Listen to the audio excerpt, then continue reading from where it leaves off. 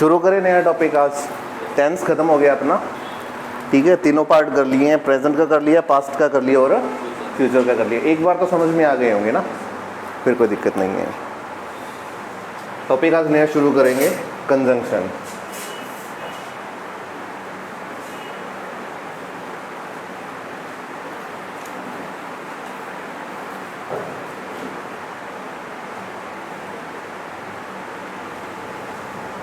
ठीक है, हिंदी में इस शब्द को बोल दिया जाता है संयोजक शब्द। कैसा शब्द? संयोजक शब्द। वैसे कंजंक्शन लगभग सेंटेंस में लगे होते हैं और देखते भी है उनको, हर जगह पर मिलते हैं। इनका काम क्या होता है, इनका वर्क क्या होता है, इनको यूज क्यों किया जाता है? तो देखिए, दो शब्दों को या दो वाक्यों को जोड़ने के लिए किसका यूज होगा? कंजंक्शन का यूज होगा, ठीक है ना। Use of conjunction.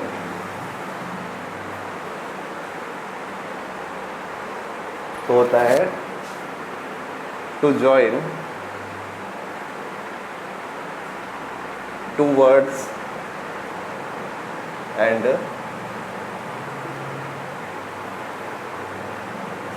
Sentences. Use of conjunction, conjunction का यूज है क्या?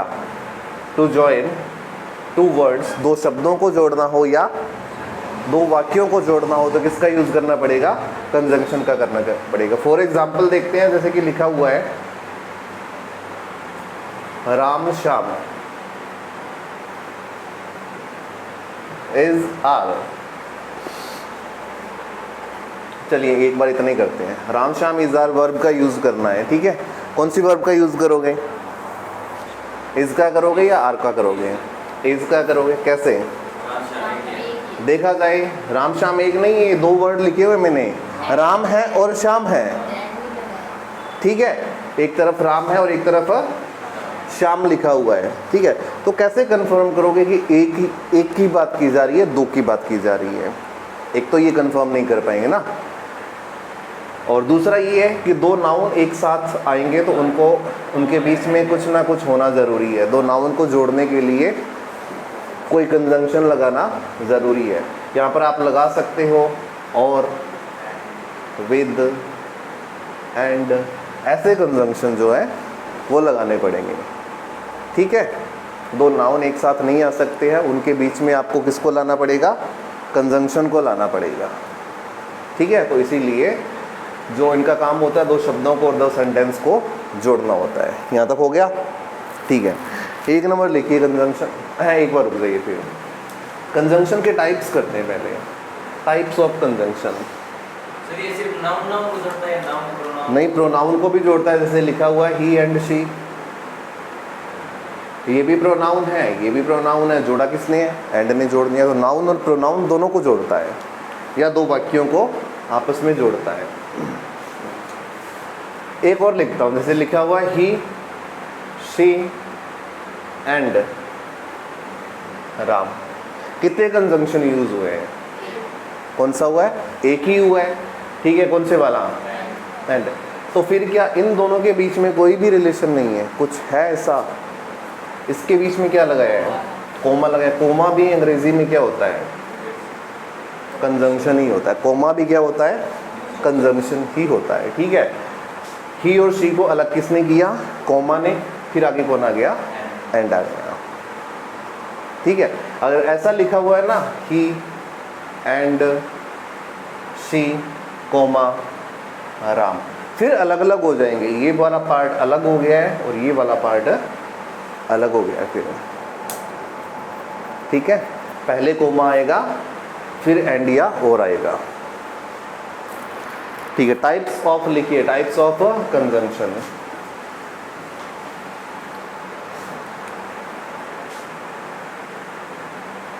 टाइप्स ऑफ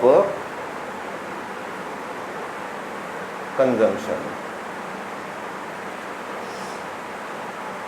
ठीक है। दो टाइप की होती हैं।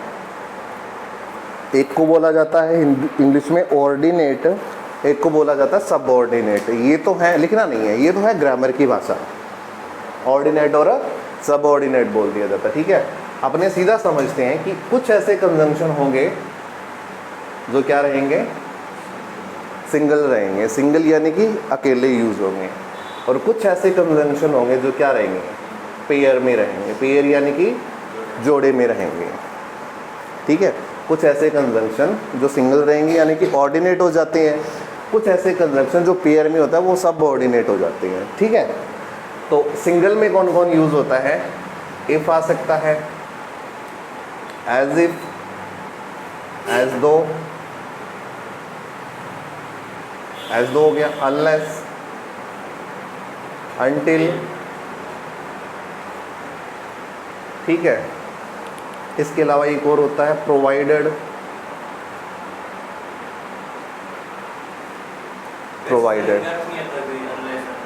किनका, हाँ इनका होगा, करेंगे तब करेंगे ना, एक ही करके करने पड़ेंगे ये अपने को, ठीक है। तब इनके अर्थ, यूज, सेंटेंस सब कुछ करेंगे, ठीक है। पेयर में जैसे कि आप देखते हो, इधर का पेयर और नीदर का पेयर, नॉर, नॉट ओनली का पेयर बट ऑल्सो, ठीक है। हार्डली के साथ, हार्डली के साथ आता है या तो व्हेन या बिफोर, नो सूनर के साथ यूज होता है THAN, देन, ठीक है। और इसके साथ आ गया एज, एज, सो, एज, ये दोनों तो डिग्री में किए थे शायद, as, as, so, as, as soon as भी होता है, एज सून एज भी बन जाता है। इसके अलावा बिटवीन का पेयर, एंड, बोथ का पेयर, एंड, लिस्ट का पेयर, शुड, उतार लीजिए। जोड़े याद रखने पड़ेंगे, अक्सर ऐसे क्वेश्चन पूछे जाएंगे, जोड़े एक देकर दूसरा पूछेगा या दूसरा देकर पहला पूछ लेगा,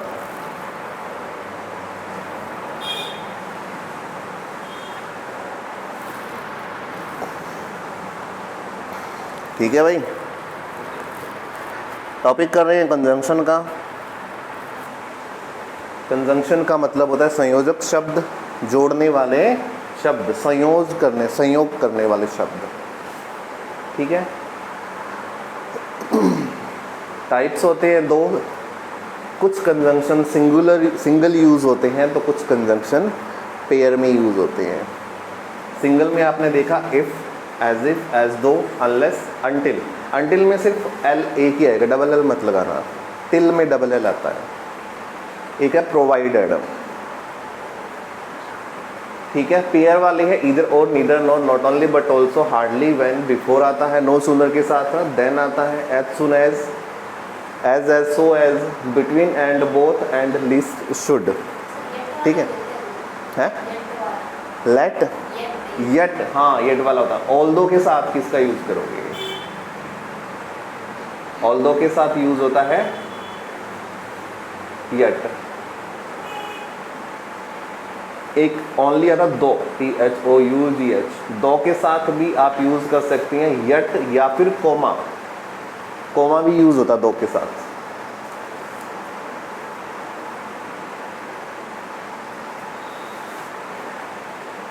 ऑल्दो, येट, दो, येट या कॉमा।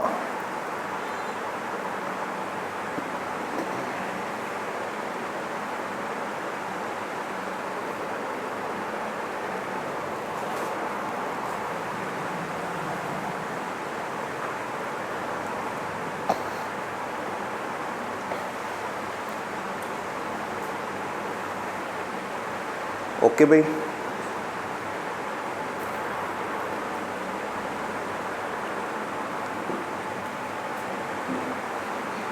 अब शुरुआत करते हैं पहले सिंगल वालों से। जितने भी सिंगल हैं पहले उनको करेंगे, फिर पेयर वाले करेंगे। ओके, तो सिंगल में मैं आपको 3 इकट्ठे करवा रहा हूँ, तीनों का एक ही रोल है। एक होता है इफ, एज इफ और एक होता है एज दो।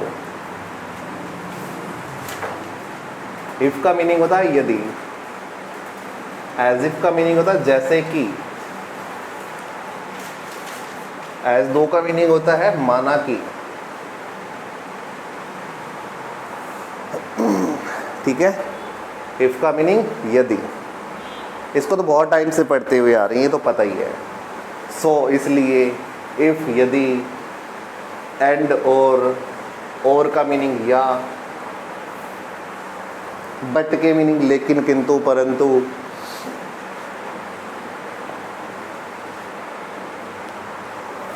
ओके, 3 कंजंक्शन है, तीनों की एक ही कंडीशन बनती है, इसलिए मैं तीनों को साथ में करवा रहा हूँ। एक नंबर पे है इफ, यदि, एज इफ जैसे कि, एज दो, माना कि हो जाएगा। ओके, अब करना क्या होगा आपको, थोड़ा सा मैं डायग्राम से बताता हूँ। 2 सेंटेंस को जोड़ेंगे, ठीक है। एक सेंटेंस तो हो गया ये, एक सेंटेंस हो गया यहाँ पर, ठीक है। तो इफ, ये तीनों वर्ड शुरुआत में भी आ सकते हैं, ठीक है, और ये तीनों वर्ड बीच में भी आ सकते, कहीं पर भी मिल सकते हैं। आपको कहने का मतलब या तो शुरू में मिलेंगे या बीच में मिलेंगे, इतना तो ध्यान रखना है, ठीक है। अब इनके बारे में थोड़ा सा सीख लेते हैं। एक तो ये रहेगा कि इफ, एज इफ और एज दो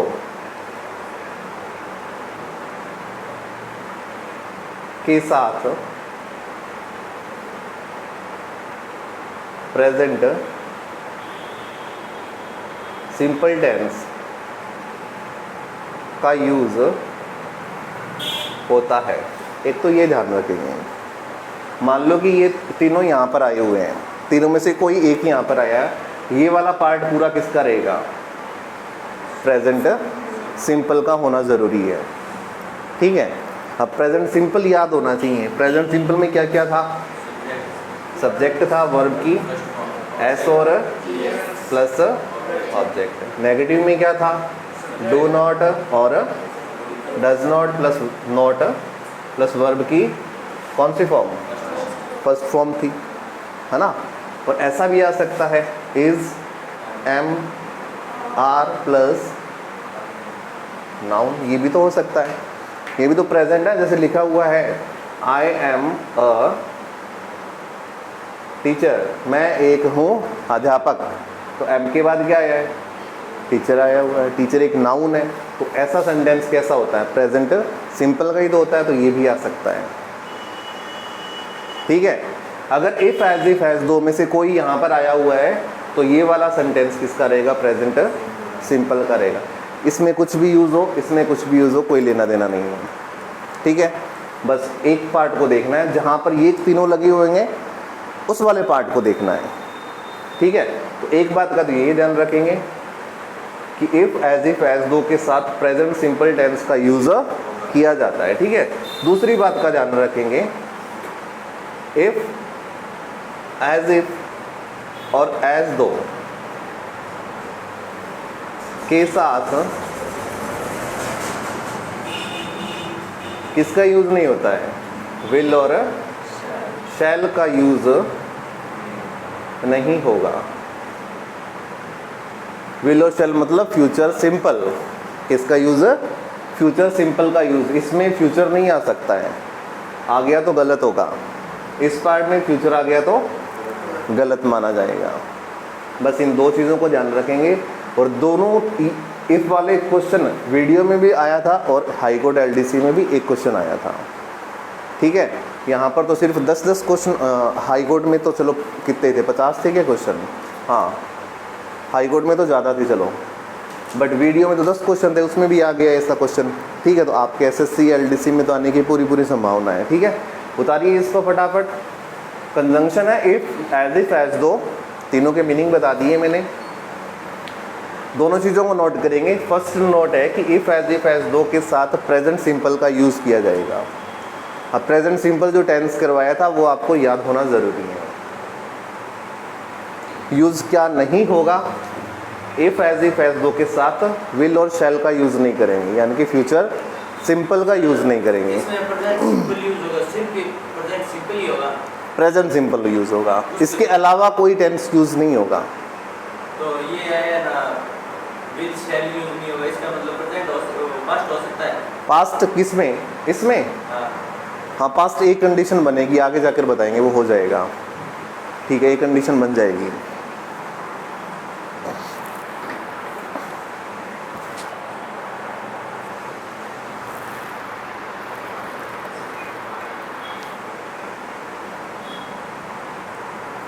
ओके, और सेंटेंस के स्ट्रक्चर ये रहेंगे।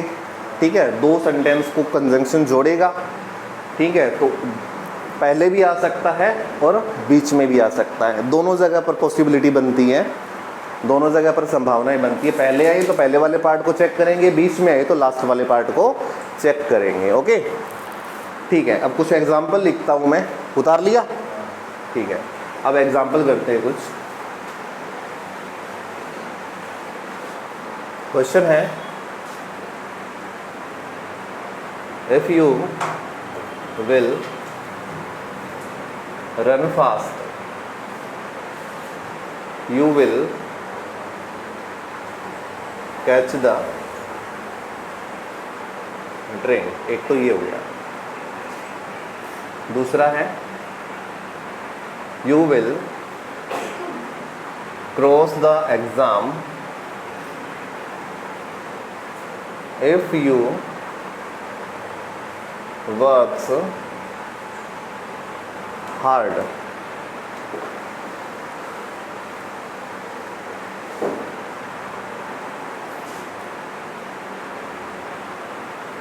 they will win the race if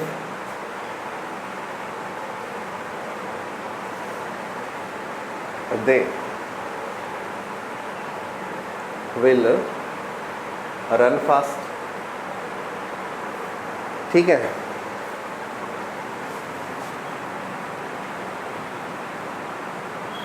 if he does not work hard, he will not get success. बताइए, 4 वाक्य लिखे मैंने आपके सामने। हाँ जी, सेकंड वाला सही है। फर्स्ट वाले पे चलो ना, पहले सेकंड पे क्यों भाग गए? पहले वाला फर्स्ट रॉन्ग है। पहले तो 2 सेंटेंस को वेरीफाई करो कि कौन कौन से। देखो, हर सेंटेंस अपना अपना सब्जेक्ट रखेगा। क्या रखेगा? सब्जेक्ट रखेगा। तो सब्जेक्ट को चेक कर लो, एक तो यू यहाँ लगा हुआ और एक यू यहाँ लगा हुआ। कहने का मतलब है एक सेंटेंस तो यहाँ पर आके ख़त्म होता है, दूसरा सेंटेंस यहाँ पर ख़त्म होता है। ओके, विल का इफ़ का मिला है, शुरू में मिला है, तो आपको चेक क्या करना है? सिर्फ यहाँ तक चेक करना है, इस पार्ट में क्या होना चाहिए और क्या नहीं होना चाहिए। 2 पॉसिबिलिटी है, प्रेजेंट सिंपल होना चाहिए, फ्यूचर सिंपल नहीं होना चाहिए। ठीक है, तो क्या बना? विल को हटा दो। ठीक है, विल को हटाते हैं तो क्या बन जाएगा? सब्जेक्ट प्लस वर्ब की फर्स्ट फॉर्म बन गया, तो प्रेजेंट सिंपल ऑलरेडी बन जाएगा।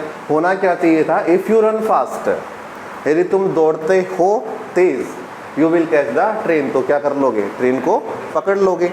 ये विल गलत मत कर देना, ये तो सही है, ये तो दूसरे पार्ट में लगा हुआ है। समझ में आ रहा है? ठीक है, दूसरे पे चलिए। You will cross the exam, तुम एग्ज़ाम को पास कर लोगे इफ़ यू वर्क्स हार्ड। गलत है, क्या नहीं आएगा? वर्क्स नहीं आएगा। बना तो प्रेजेंट सिंपल हुआ है, ठीक है, बट यू के साथ वर्ब प्लूरल आती है, यानी कि ओनली वर्क होना चाहिए था। ये कहानी किस किस को समझ में नहीं आई? आ गई? फिर ठीक है। 3 नंबर पे चलिए। They will win the race, वो रेस को जीत लेंगे if they will run fast, अगर दौड़ते हैं वो तेज़। तो इफ बीच में आया हुआ है तो लास्ट पार्ट को चेक करेंगे, विल को हटाएंगे तो सही बन जाएगा। ओके, सिंपल है बहुत ज़्यादा ये। नेक्स्ट बोलिए, if he does not work hard, यहाँ तक चेक करना है। तो ये तो प्रेजेंट सिंपल ऑलरेडी बना हुआ है, बस बात ये कि नेगेटिव बना हुआ है। डू डज कहाँ लगते हैं, प्रेजेंट सिंपल में ही तो लगते हैं, ठीक है। He will not get a success, इसका कोई दिक्कत ही नहीं है। ओके, उतार लीजिए फटाफट चारों क्वेश्चन को, फिर इन्हीं क्वेश्चन में एक आधे वर्ड आए हुए हैं उन पर थोड़ी सी चर्चा कर लेते हैं और फिर बढ़ते हैं आगे। और ऐसा तीनों कंजंक्शन के साथ करेंगे, इफ, एज इफ, एज दो, तीनों की सेम ही कंडीशन बनेगी। एक उनकी लिखवा दो साइड में। कोई बात नहीं, लिखवा देंगे।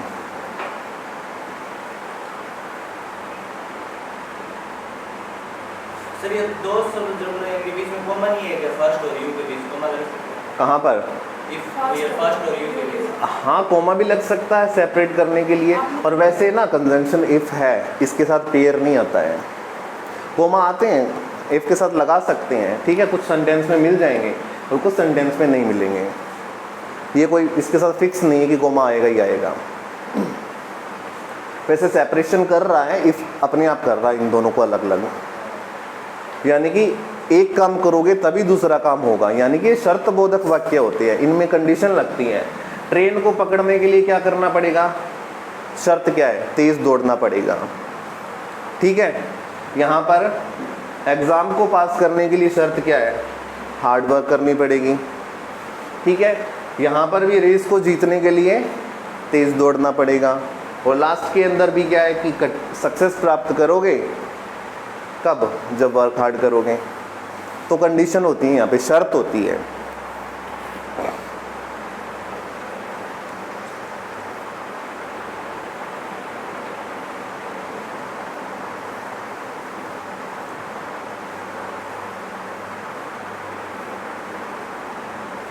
ओके, ठीक है। लास्ट सेंटेंस में एक वर्ड आया, बस वही समझाना है। ये काफ़ी बार आता है, कंफ्यूज करता है एग्ज़ाम में, तो इसकी कंफ्यूजन दूर करते हैं। सक्सेस, क्या वर्ड आया है, सक्सेस वर्ड आया है, इसको चेक करते हैं आज। कभी चेक किया, इसको गौर किया क्या इस वर्ड को? ये पहले तो ये देखना है कि ये वर्ड है क्या, पहले तो ये देखना है कि वर्ड है क्या, किस टॉपिक से रिलेट करता है ये वर्ड। ये वर्ड रिलेट करता है कौन से टॉपिक से, नाउन से। सक्सेस एक संज्ञा है, ठीक है। इंसान जब सफल होता है तो उसको महसूस होता है। मान लो आपका पड़ोसी है, खूब पैसे आ गए अचानक से उसके पास, आपने क्या देखा कि अच्छी गाड़ी ले आया, अच्छा मकान बना रहा, आपको महसूस हो रहा है कि शायद ये सक्सेस हो गया है। फील कर रहे हो आप उस चीज़ को, क्या कर रहे हो, फील कर रहे हो। सफलताओं को फील किया जाता है, महसूस किया जाता है, ठीक है। तो जिन चीज़ों को महसूस किया जाता है वो कौन से नाउन, एब्स्ट्रैक्ट। कौन से नाउन, एब्स्ट्रैक्ट। यानी कि ये सक्सेस कौन सी संज्ञा है, भाववाचक संज्ञा है। ये हमेशा कैसी रहेगी, ये हमेशा सिंगुलर रहेगी, इसको कभी भी प्लूरल नहीं बना पाएंगे। कितनी कहानी समझ में आई, ठीक है। इससे रिलेट करता हुआ एक वर्ड और होता है, इससे मिलता जुलता एक वर्ड और होता है। वो वर्ड कौन सा है वो चेक कर लेते हैं। एक वर्ड आता है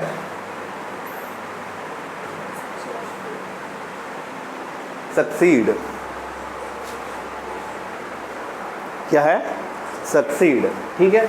सक्सीड अपने आप में क्या है, सक्सीड अपने आप में वर्ब है, एक क्रिया है, ठीक है। ये वर्ब की कौन सी फॉर्म है, फर्स्ट फॉर्म है। सेकंड फॉर्म बनाने के लिए आपको क्या करना पड़ेगा, डबल ईडी लगाना पड़ेगा। इस ईडी से नहीं कहोगे, ईडी लगा हुआ इसका मतलब ये नहीं कि सेकंड फॉर्म बन गई है, ये अभी भी फर्स्ट है। एक ईडी क्या लगाना पड़ेगा, एक्स्ट्रा लगाना पड़ेगा, जिससे ये क्या बनेगी, सेकंड और थर्ड बन जाएगी। कहानी समझ में आ गई। दो वर्ड होते हैं, एक सक्सेस होता है, एक सक्सीड। दोनों का मतलब सफलता, हाँ दोनों। ये सफलता है, ये सफलता प्राप्त करना है, ठीक है। सेकंड फॉर्म में लगी है। कौन से लग रही है ये, तभी तो बोल रहा हूँ ना, ईडी लगाना पड़ेगा इसके साथ, डबल ईडी आता है, ठीक है। तो दोनों वर्ड को उतार लीजिए, इंपॉर्टेंट है, भविष्य में कभी कंफ्यूज ना करें। एक वर्ड है आपके सामने सक्सेस और एक वर्ड है आपके सामने succeed. Success is a noun, abstract noun भाववाचक संज्ञा है, ऑलवेज सिंगुलर यूज होता है। अनकाउंटेबल है, ये काउंटेबल भी नहीं है।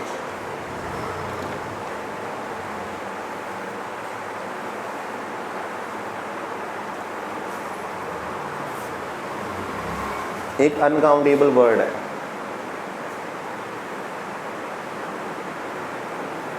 अनकाउंटेबल, इसको गिन नहीं सकते हैं।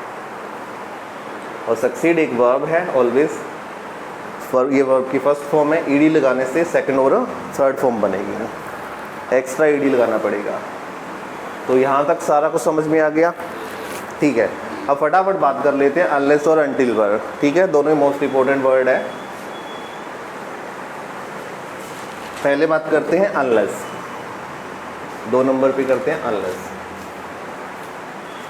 हिंदी में बोलोगे तो बनेगा अगर नहीं, हिंदी क्या बनेगी, अगर नहीं, okay. Unless is a negative word. ये अपने आप में कैसा शब्द है, एक नकारात्मक शब्द है।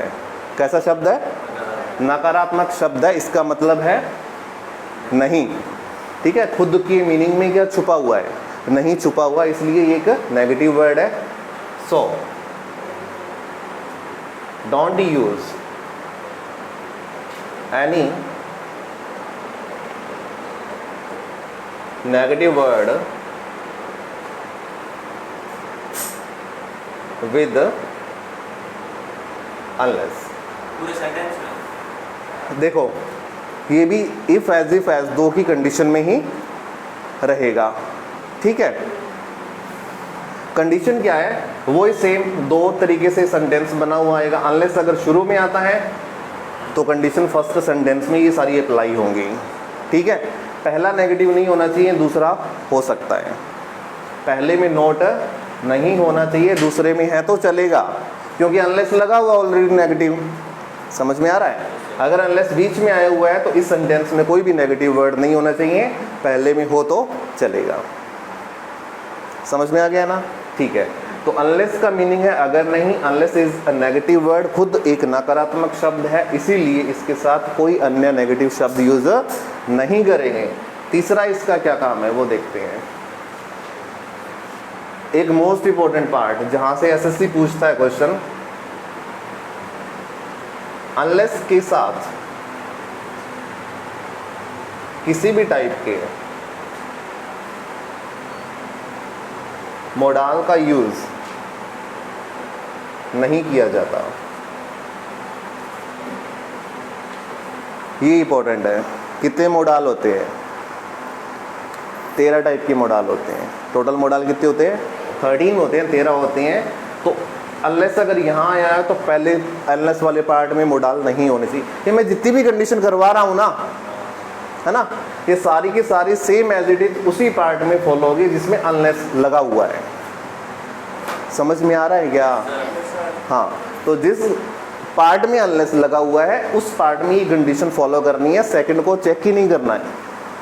कब चेक करेंगे? जब मैं एक पार्ट करवाऊंगा आपको, एक टॉपिक करवाऊंगा कंडीशनल सेंटेंसेस, उसमें और वेरीफाई हो जाएंगे ये, ठीक है।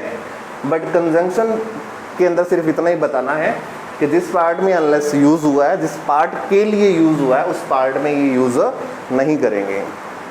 ओके, अब क्वेश्चन आता है, ये सिर्फ राजस्थान के एग्ज़ाम के लिए पूछा जाता है कि why we use unless word, unless conjunction क्यों यूज़ करते हैं? तो unless is use for condition, unless is use for condition. यहाँ पर कंडीशन का मीनिंग स्थिति नहीं है, यहाँ पर कंडीशन का मीनिंग है शर्त। क्या है? शर्त के लिए यूज़ किया जाता है, ठीक है। तो फटाफट उतार लीजिए इसको, फिर 1-2 क्वेश्चन कर लेते हैं। अनलेस का पूरा डिस्क्रिप्टिव मैंने आपको बताया है। सेकंड नंबर कंजंक्शन है अनलेस, मीनिंग है अगर नहीं। First situation is that unless के साथ खुद एक नेगेटिव वर्ड है, ये खुद नहीं बोलता है नहीं, ओके, इसीलिए इसके साथ कोई भी नेगेटिव वर्ड यूज़ नहीं करेंगे। नेगेटिव वर्ड बहुत सारे होते हैं, मैंने एक दिन लिस्ट ऑफ नेगेटिव वर्ड करवाई थी, आपको याद होंगे, है ना? ठीक है। अनलेस के साथ मोडाल का भी यूज़ नहीं किया जाता है, ठीक है। मोडाल मैंने करवाए नहीं है अभी, फिर भी आप जानते हो can, could, will, would, shall, should, ये क्या होते हैं? मोडाल ही होते हैं। ओके, हाँ। और अनलेस क्यों यूज़ किया जाता है? क्वेश्चन आए ना आए कोई दिक्कत नहीं है, पर पता ज़रूर होना चाहिए कि अनलेस का यूज़ हमेशा कंडीशन के लिए किया जाता है, शर्त के लिए किया जाता है। Okay,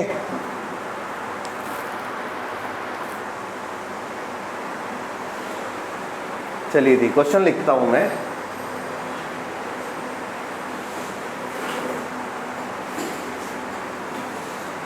unless you do not work hard,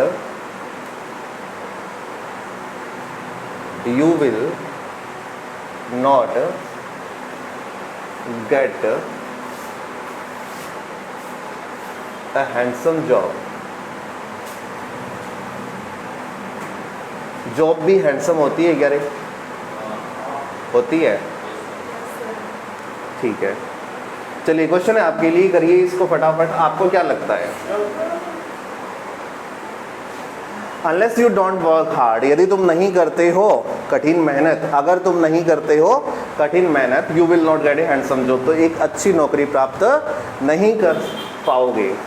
ठीक है, देखो वर्ड आते हैं, जैसे हैंडसम सैलरी लिखा होता है। हैंडसम सैलरी का मतलब ऐसा नहीं कि खूबसूरत, हाँ, अच्छी, यानी कि अच्छी अमाउंट, भारी अमाउंट जिसको बोलते हैं, वैसी सैलरी। ठीक है, हैंडसम जॉब यानी कि अच्छी जॉब। ठीक है, क्या गलती है? चलिए आपने बता ही दिया है कि नॉट, तो मैं आपको ऑप्शन देता हूँ कि इसमें से क्या क्या हटना चाहिए। ठीक है, क्वेश्चन का काफ़ी तरीक़ों से पूछा जा सकता है, ये भी एक तरीका है पूछने का कि वो आपको ऑप्शन देता है। इसमें वो नहीं है क्या, सिंपल यूज होगा वो? हाँ, वो बताते हैं आपको, वो भी बता देते हैं। क्या नॉट हटना चाहिए? क्या डू नॉट हटना चाहिए? क्या ओनली डू हटना चाहिए? या फिर ऑल आर करेक्ट? सारे सही हैं। कौन से वाला? दिमाग लगाना पड़े, माइंड दौड़ाना पड़ेगा यहाँ पे आपको। इतना आसान नहीं जितना तुम सोच रहे हो।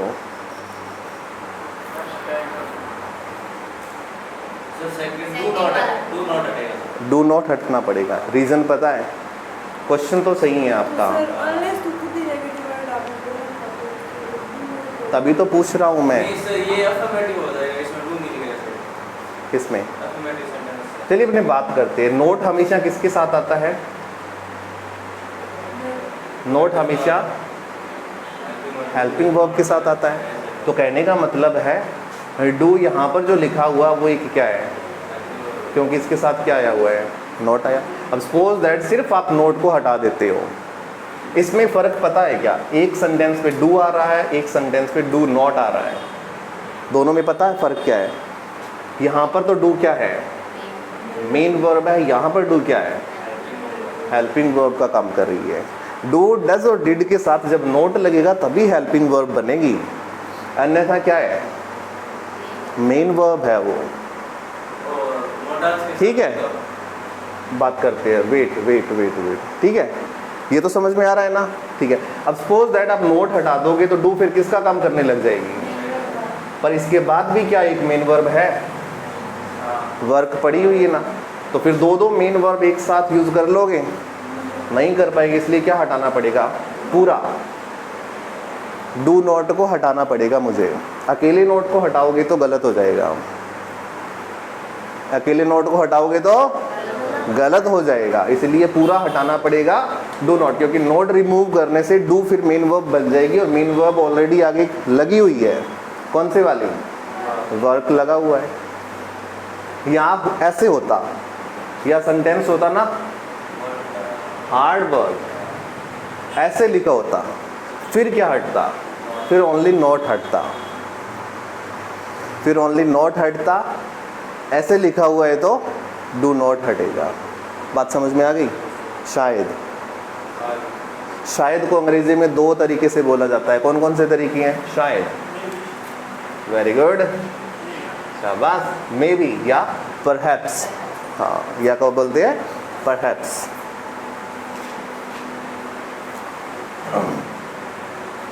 चलिए, हाँ, तुम क्या पूछ रहे थे? ये मॉडल दूसरे पार्ट में है ना, यू दूसरा पार्ट शुरू हो गया है, यानी कि अनलेस का एरिया सिर्फ क्या है, यहाँ तक है, ठीक है? ये टू नोट है, इसमें हेल्पिंग वर्ब काम कर रही है, टू नोट किसमें? वो बताया ना आपने कि हाँ, अगर यहाँ पे टू की जगह मॉडल्स हो तो कहाँ गलत हो जाएगा फिर ये पहले वाला सेंटेंस? मॉडल तो यूज ही नहीं होंगे, लिखवाया तो हुआ है नोट लगाकर। तो हेल्पिंग वर्ब का काम करेगी या मेन वर्ब का? ये मॉडल हमेशा हेल्पिंग वर्ब होती हैं, मेन वर्ब नहीं होती है कभी भी। जो कैन लिखते हो ना, कैन, कुड, विल, वुड, ये सारी हेल्पिंग वर्ब है। इनके बाद अवश्य वर्ब की फर्स्ट फॉर्म आती है, तो ये फर्स्ट फॉर्म किसकी बनी होती हैं? ये मेन वर्ब की तो होती हैं। आगे कहानी समझ में? ठीक है भाई, समझ में आ गए होंगे। ये विल लगा हुआ है, सही है, इसको नहीं काटना है। विल एक मॉडल लगा हुआ है ना, बट ये दूसरे पार्ट में लगा हुआ है, ना कि अनलेस से कनेक्शन है इसका कोई। इसमें सर सेकंड वाले में गलती हो सकती है? बिल्कुल हो सकती है, कोई दिक्कत नहीं है। गलती देने के लिए हो सकता है पहले वाला सेंटेंस सही दे के दूसरा पूछ ले गलत, वो तो कुछ भी पूछ सकता है। फिलहाल हम जो कर रहे हैं ना, मैं तो उन्हीं से रिलेटेड सेंटेंस करवा रहा हूँ। वो क्वेश्चन आपको देखने को मिलेंगे जब आप प्रैक्टिस सेट निकालोगे या क्वेश्चन की प्रैक्टिस करोगे, तब पता चलेगा कि दूसरा गलत भी हो सकता है, ठीक है?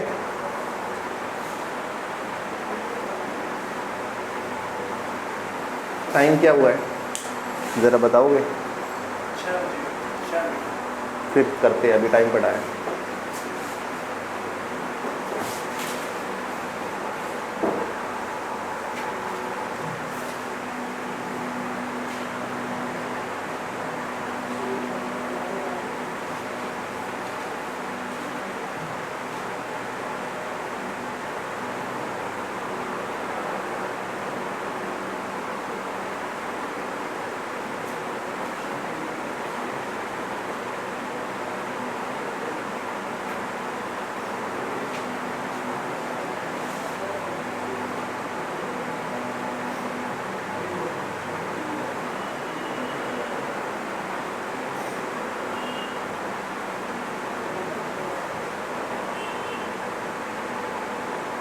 बताइए, you will loss the condition unless you do not follow the rule. इस वाक्य में आपको दो गलतियां देखने को मिल सकती हैं, एक भी है, दो भी हैं, ठीक है? देखिए, शुरुआत करते हैं अनलेस से। अनलेस अगर बीच में आया है तो कहने का मतलब है दूसरा वाला पार्ट जो होगा, सारी कंडीशन वहाँ पे फॉलो करनी पड़ेगी, ठीक है? इसको छोड़िए, इसको पकड़िए। और इस सेंटेंस में आपको दिख रहा होगा, एक तो गलती क्या है, कंप्लीट को हटाना पड़ेगा। दूसरा किसको गलत, फॉलोज किया हुआ है। यू प्लूरल है, वर्ब सिंगुलर लगा रखी है ना? ये प्लूरल, ये सिंगुलर कभी मैच नहीं करेगा। सब्जेक्ट अगर प्लूरल है तो वर्ब भी प्लूरल, सब्जेक्ट अगर सिंगुलर है तो वर्ब भी सिंगुलर आएगी। तो फॉलोज को क्या करना है, ऐसा हटा दो, बस फॉलो कर दो, ठीक है? उतारो।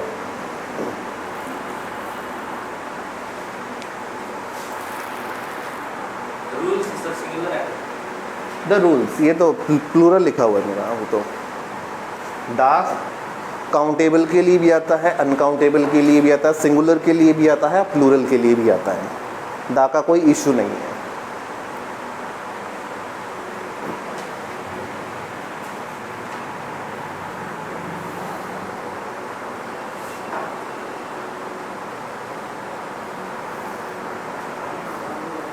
तो मेरे ख्याल से आप समझ गए होंगे अनलेस को, ठीक है? घर पे जाकर थोड़े क्वेश्चन और करके देखेंगे तो बेटर समझ में आएगा, ठीक है? लास्ट करते हैं आज के दिन का अनटिल।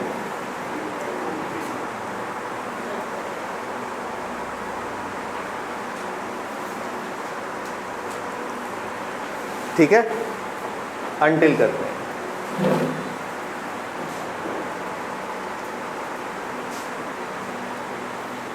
अनटिल सिंगल एल लगेगा, डबल एल नहीं लगेगा। इसका मतलब होता है जब तक नहीं, उसका होता अगर नहीं, ये होता है जब तक नहीं। ठीक है, एलडीसी के अंदर दो तरीके के क्वेश्चन आएंगे, हिंदी से इंग्लिश ट्रांसलेशन और इंग्लिश से हिंदी ट्रांसलेशन, और अबाउट कितने क्वेश्चन, दोनों के मिलाकर 10 क्वेश्चन। ठीक है, वहाँ पर ये चीज़ें इंपॉर्टेंट बन जाती हैं। ठीक है ना, वहाँ पर ये चीज़ें ज़्यादा इंपॉर्टेंट हो जाती हैं और बड़े पास में रखता है वो ऑप्शन को, लगभग अपने को लगता है ये सही है, पर थोड़ी सी मिस्टेक की वजह से वो गलत भी हो जाता है, क्योंकि शुद्ध ट्रांसलेशन करना बहुत ही मुश्किल काम है। ठीक है, अंटिल का मतलब होता है जब तक, एक होता है टिल, इसका मतलब होता है तक। 2 बजे तक मैं आ जाऊँगा तो टिल 2 o'clock लिख सकते हैं, 2 AM PM लिख सकते हैं। ठीक है, तो टिल, और ये अपने आप में क्या होता है, टिल अपने आप में क्या होता है, प्रेपोजिशन होता है। ये डेफिनेट और इनडेफिनेट है, निश्चित और अनिश्चित दोनों टाइम के साथ यूज़ कर सकते हैं इसको, इसकी कोई प्रॉब्लम नहीं है। Until same as it is, पूरी कंडीशन अनलेस वाली ही इसमें फॉलो होगी।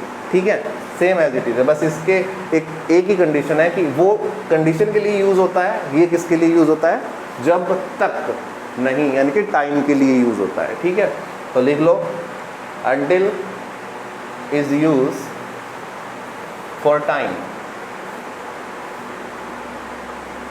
ये समय के लिए यूज़ किया जाता है, वो शर्त के लिए यूज़ किया गया था। दूसरी कंडीशन है until is the negative word।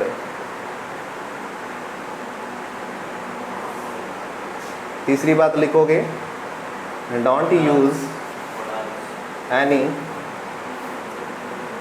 kind of negative words with नहीं, बिफोर, आफ्टर कर लो, आफ्टर यानी कि के बाद। ठीक है, आफ्टर अंटिल के बाद कोई भी अन्य नेगेटिव वर्ड यूज़ नहीं करेंगे। वाई, क्यों, क्योंकि खुद अपने आप में क्या बोल रहा है, नहीं बोल रहा है। ठीक है, 4th नंबर कंडीशन लिखेंगे, don't use any kind of models. Done, इतनी कंडीशन उसकी थी, इतनी इसकी है। बस 2-4 कंडीशन बड़ी इंपॉर्टेंट बनती हैं। एक तो नेगेटिव वर्ड ये पूछता है और दूसरा मॉडल वाला पूछता है। जब तक रहे ना, ये ना लगभग 99% प्रेजेंट सिंपल में ही यूज़ होता है, ये भी और वो भी, अनलेस भी। ठीक है, मैंने जितने भी सेंटेंस बनाए थे सारे के सारे कहाँ पे थे, प्रेजेंट सिंपल ही तो थे। Do not, does not use कर रहा था मैं। ठीक है, तो ये प्रेजेंट सिंपल में ही यूज़ होता है, ये भी लिख लेना कि अंटिल के साथ present, until present simple present tense में यूज़ होता है, ऐसा लिख लो। प्रेजेंट सिंपल टेंस में यूज़ होता है, प्रेजेंट सिंपल टेंस में यूज़ होता है, अंटिल प्रेजेंट सिंपल टेंस में यूज़ होता है। थोड़ा आपके लिए और आसान बन जाएगा। क्वेश्चन है, you will not come out the school until I came back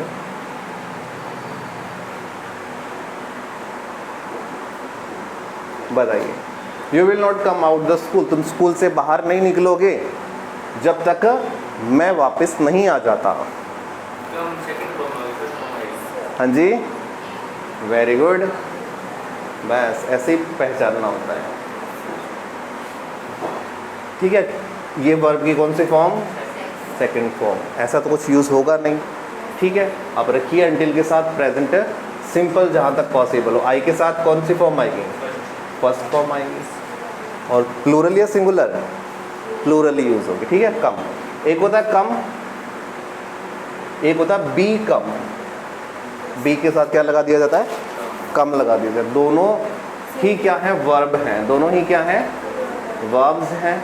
इसका मीनिंग होता है आना, इसका मीनिंग होता है होना या बनना। जैसे कि I want to become a doctor, मैं एक डॉक्टर बनना चाहता हूँ, तो इसका मतलब होता है होना या बनना, और इसका मतलब होता है आना। अब देखिए इसको सेकंड फॉर्म कैसे बनाएंगे, CAME, इसमें क्या बी को वापस लिखिए और केम लिख दीजिए, बस बिकेम बन गया, ठीक है। थर्ड फॉर्म इसकी क्या होती है, कम होती है, और इसको भी वापस वैसा का वैसा बना दो, बिकम बना दो, बस दोनों पैरेलल चलती है, बस बी भी है इसमें, लिखवाई हुई है। तो समझ में आ गया, कोई दिक्कत ही नहीं है, same as it is unless और अनटिल की दोनों कंडीशन बनती है, ठीक है। तो आज तो यहीं तक करेंगे, मे बी 4-5 कितने कंजंक्शन कर लिए हैं, 5 कर लिए हैं, ठीक है। और ये 15-20 20 22 के करीब हैं, तो सारे करेंगे धीरे धीरे, 2-3 दिन और लगेंगे अभी।